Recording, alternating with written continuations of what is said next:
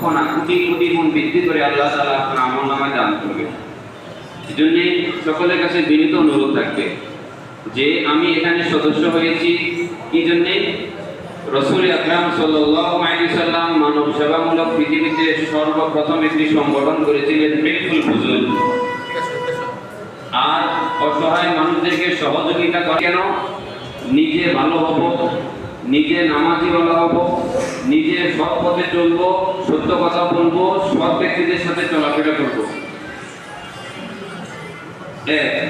দ্বিতীয়ত, আমি যদি এই সংগঠনে জড়িত থাকি, আল্লাহ তাআলা কাল কিয়ামতের দিন হয়তো বা এই সংগঠনের উদ্যোগে যত ভালো কাজ হবে, যদি আল্লাহ তাআলা কোনো একটা কবুল করে ঘোষণা দিয়ে দেন, এই ফাউন্ডেশনের সদস্য যিনারা আছে সকলকে জান্নাতের ফায়সালা করে দিলাম।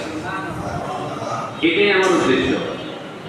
আপনারা যে রমজানে সহযোগিতা দিয়েছেন, কুরবানিতে দিয়েছেন, এবারে মাহফিল করেছে, মাহফিলে যত মানুষ বয়ান শুনেছে, যত আলোচনা হয়েছে, যত কোটি কোটি নেকি হয়েছে, আপনারা যারা সদস্য আছেন সকলে কিন্তু সওয়াব সকলের আমলনামায় যোগ হয়েছে।